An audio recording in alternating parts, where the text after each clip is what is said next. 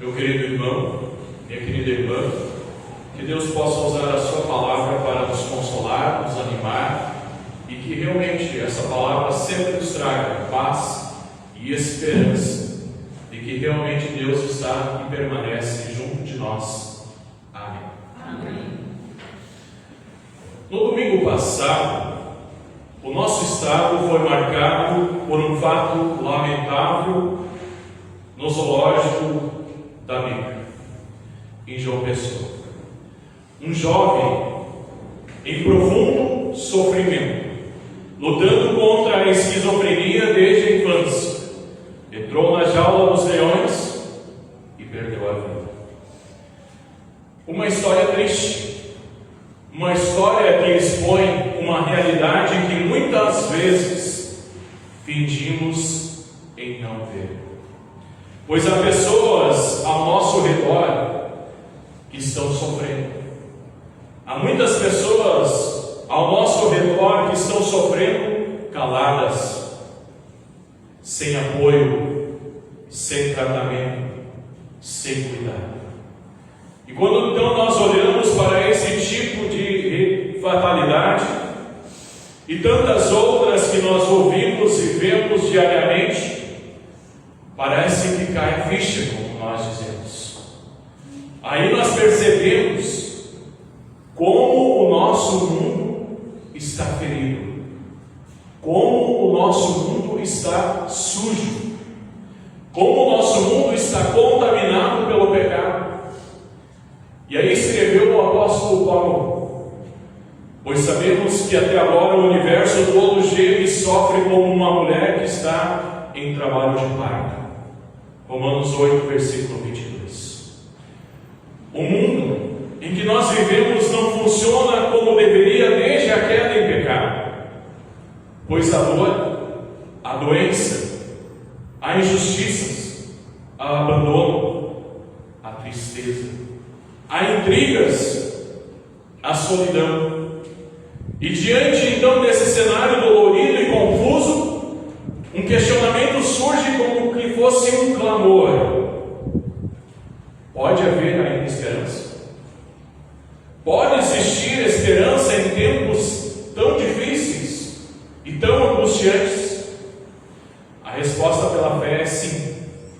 Não porque o mundo oferece ou tenha soluções, não porque a humanidade por si só consiga se salvar, mas porque Deus entrou, está e permanece na história.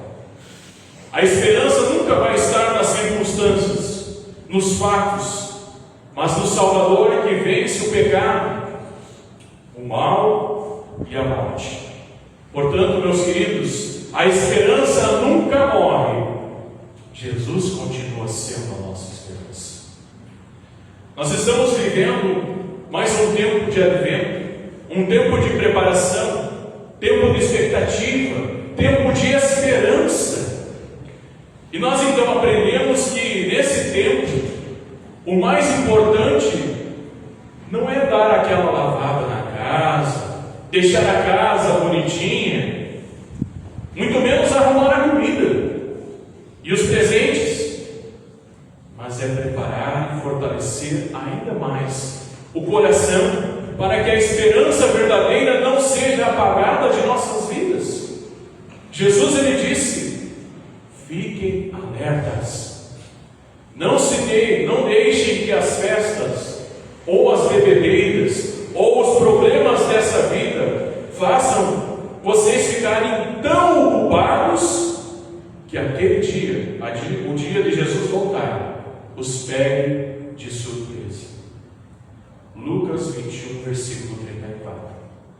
E na epístola de hoje, de Romanos 15, versículo 4 ao 13, o apóstolo Paulo então nos apresenta não apenas um convite, mas uma esperança, uma promessa. A promessa é que a esperança nunca morre. Jesus é a nossa esperança.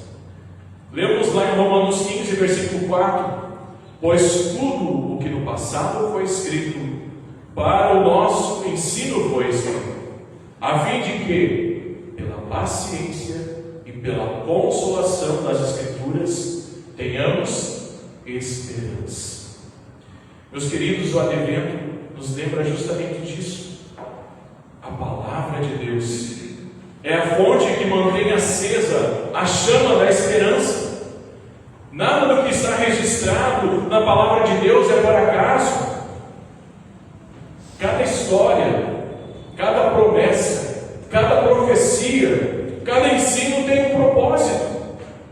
E o propósito é nos dar firmeza, consolo e esperança. Lemos em João 20, versículo 31. Mas estes foram escritos para que vocês creiam que Jesus é o Messias, o Filho de Deus, e para que, crendo, tenham vida por meio dele. A esperança de que Deus nos fala e nos dá pela sua palavra, não é uma esperança frágil, baseada em circunstâncias ou ideologias. Não é uma esperança que depende daquilo que nós vemos, daquilo que nós enxergamos, pois como escreveu o apóstolo Paulo em 2 Coríntios, capítulo 5, versículo 7, vivemos por fé e não pelo que vemos. Por isso a esperança verdadeira nasce da fidelidade e do amor de Deus, pois foi com o mesmo amor, com a mesma fidelidade que Deus cuidou, sustentou o povo de Israel por 40 anos no deserto. Deus cuidou dos profetas, Deus cuidou dos apóstolos na dor. E essa fidelidade e esse amor é que também hoje nos sustentam, porque Deus permanece fiel, gente, mesmo quando nós não somos. Por isso, quando nós voltamos nossos olhos para o presépio, para aquela pequena manjedoura, nós percebemos que toda a esperança da humanidade repousou ali, naquele bebê, naquela noite simples, naquele lugar simples, naquele lugar improvável, pois o Rei dos Reis, humilde nasceu numa estrebaria, no meio de animais, e ele veio justamente para restaurar, unir, reconciliar e salvar o que estava perdido por causa do pecado. E o apóstolo Paulo então continua escrevendo: ora, o Deus da paciência e da consolação lhes conceda o mesmo modo de pensar de uns para com os outros, segundo Cristo Jesus. Gostaria de pedir para vocês agora que vocês olhassem para os lados. Olhem para o outro aí. Olhem uns para os outros. E aí eu quero fazer uma pergunta.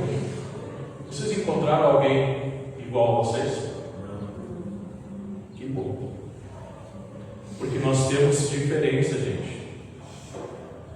Nós temos que lembrar que existem diferenças entre nós. Nós pensamos, nós agimos, nós reagimos diferente uns dos outros. Cada um de nós aqui tem um tempo, um jeito para resolver os seus problemas, as suas dificuldades.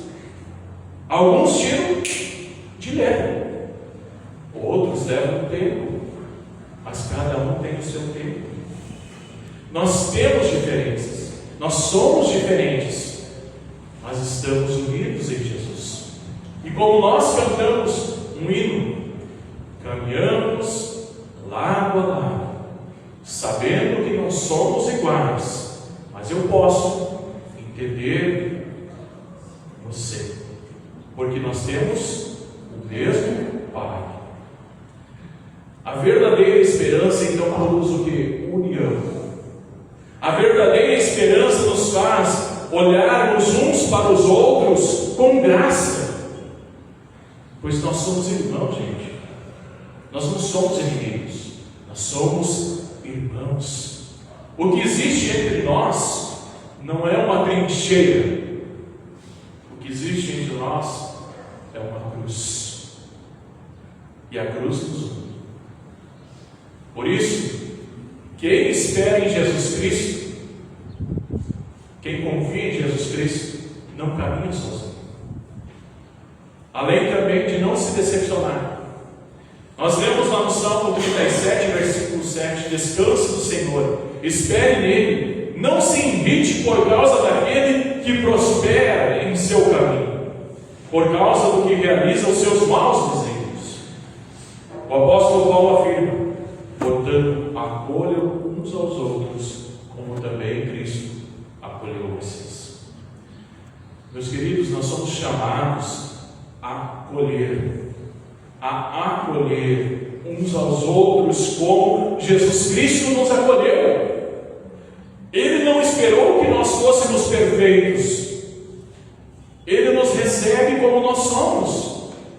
Ele nos recebe quebrados. Ele nos recebe falhos. Ele nos recebe pecadores e nos perdoa. Agora, acolher uns aos outros não significa também respeitar. E respeitar não significa que nós estamos e precisamos concordar com tudo.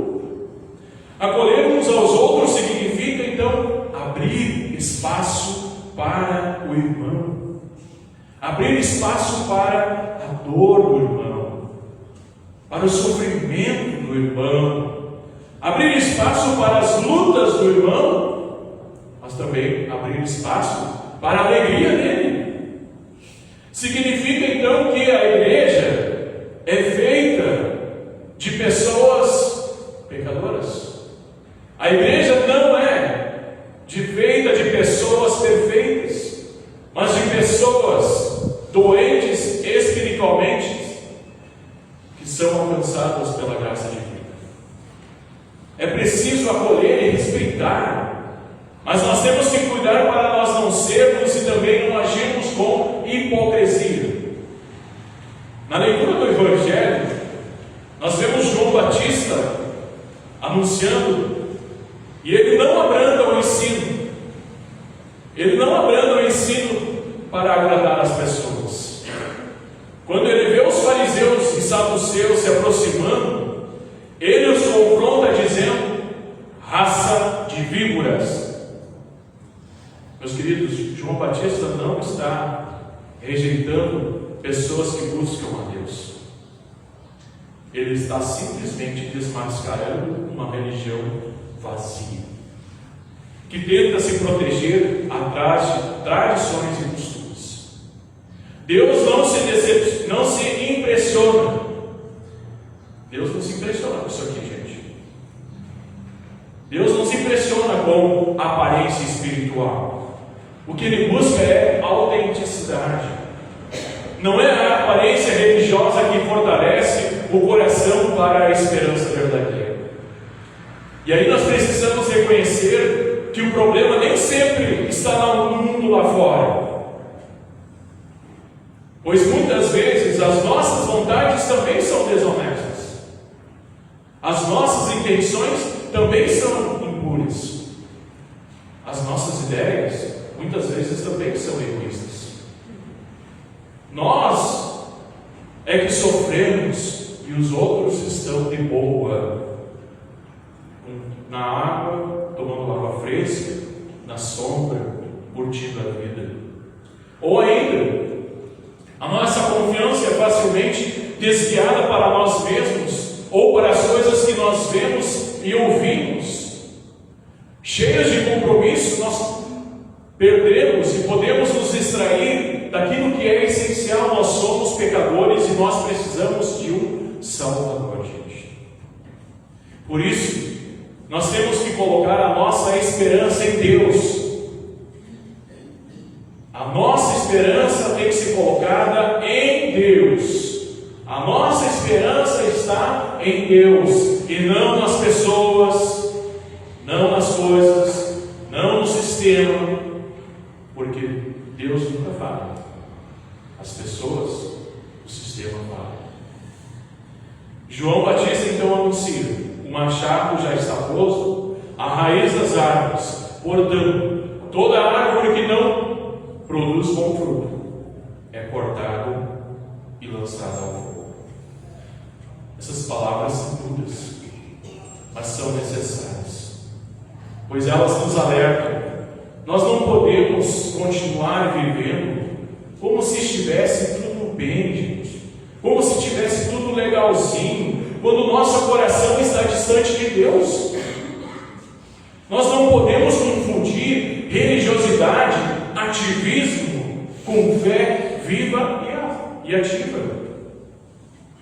Nós não podemos substituir o arrependimento por um orgulho disfarçado de piedade.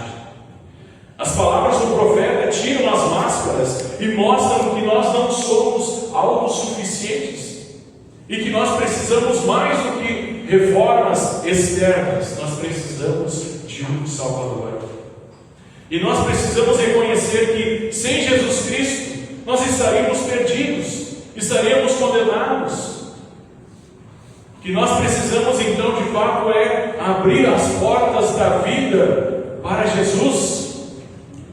Por isso João Batista ele faz uma pausa e ele aponta para Jesus, dizendo: mas aquele que vem depois de mim é mais poderoso do que eu, do qual eu não sou digno de carregar as sandálias. João Batista sabe que o seu papel é preparar, não salvar. Ele batiza com água, mas o que vem, Jesus batizará com o Espírito Santo e com fogo. E João Batista então confirma que Jesus é o Cordeiro de Deus que tira o pecado. Gente, Jesus Cristo não veio apenas para o povo, ou veio? Será que Jesus veio só para os luteranos? Cristo para todos. Jesus veio para salvar a todos. Jesus veio para salvar todos os vaqueirinhos perdidos e condenados por aí. Por isso, a esperança do Evangelho não é exclusiva, mas inclusiva, é ampla, é para os que estão dentro e também para os que estão fora. Deus rompeu as barreiras e veio a nós. Ele atravessou o céu para se encontrar com a humanidade. Jesus Cristo é a esperança de todos os povos, de todas as famílias, de todas as gerações. Jesus é a esperança de quem está firme e de quem está cansado. Jesus é a esperança de quem está sorrindo e de quem está chorando. Jesus é a esperança de quem está com o saco cheio e de quem está vazio. E aí nós lemos em Romanos 15, versículo 13: e o Deus da esperança encha vocês de toda alegria e paz na fé que vocês têm, para que sejam ricos de esperança no poder do Espírito Santo. Meus queridos, aqui está a promessa. Deus não quer apenas dar esperança, Ele é a esperança, e Ele quer que nós sejamos ricos, sim, ricos de esperança. Ele quer nos encher de esperança, a ponto de nós transbordarmos em ações de graças, em atitudes, em palavras que acolham, palavras que edificam. Essa esperança não é só para nós, mas é para todos à nossa volta. E essa esperança não vem de nós, não nasce do nosso esforço, ela vem pelo poder do Espírito Santo. É tempo de esperança. É tempo de esperança, mas não agitados ou preocupados em correrias como nós tanto vemos por aí, mas em confiança de que Deus continua no controle de toda e qualquer situação. A nossa esperança é Jesus Cristo, que já veio e continua vindo em sua palavra e sacramentos, batismo e santa ceia. Com esperança nós esperamos o dia em que Ele virá novamente em glória e poder, para nos levar aonde não haverá mais choro, dores, tristezas e injustiças. Talvez hoje seja um de nós que aqui está enfrentando ou passando por momentos difíceis, passando por lutas internas, incertezas, preocupações, perguntas sem respostas, se sentindo sozinho ou quem sabe até mesmo sendo ignorado. Então o Advento chega como um sopro divino ao nosso coração, lembrando: a esperança nunca morre, a esperança nasceu, a esperança vem, Jesus continua sendo a nossa esperança. A esperança e a alegria não dependem das circunstâncias, a paz não depende da ausência de problemas, mas a alegria, a paz e a esperança fluem de uma entrega intensa a Jesus Cristo, o Salvador que vem. E o apóstolo Paulo escreveu: tenham sempre alegria, unidos com o Senhor. Repito, tenham alegria, sempre unidos com o Senhor. Sejam amáveis com todos, o Senhor virá logo. Não se preocupem com nada, mas em todas as orações peçam a Deus o que vocês precisam, e orem sempre com o coração agradecido. E a paz de Deus, que ninguém consegue entender, guardará o coração e a mente de vocês, pois vocês estão unidos a Cristo Jesus. Meus queridos, quando essa paz, quando essa esperança enche o coração, ela se espalha em palavras de encorajamento, se estende em gestos de bondade, transborda em amor ao próximo, transborda em fé viva, transborda em serviço. Assim, o convite é simples e profundo: prepare o seu coração, receba a palavra, acolha o irmão, confie em Jesus Cristo e deixe o Espírito Santo fazer você transbordar de esperança. O Rei virá novamente, e Ele vem para perdoar e salvar. E enquanto Ele não vem, vivamos, estejamos vigilantes e confiantes, pois, como anunciava João Batista, arrependam-se, porque está próximo o reino dos céus. Portanto, como o apóstolo Paulo, eu digo que o Deus da esperança encha o seu coração de alegria e paz por meio da fé, para que, pelo poder do Espírito Santo, você transborde, seja rico em esperança. Meus queridos, a esperança não é a última que morre. A esperança é Jesus.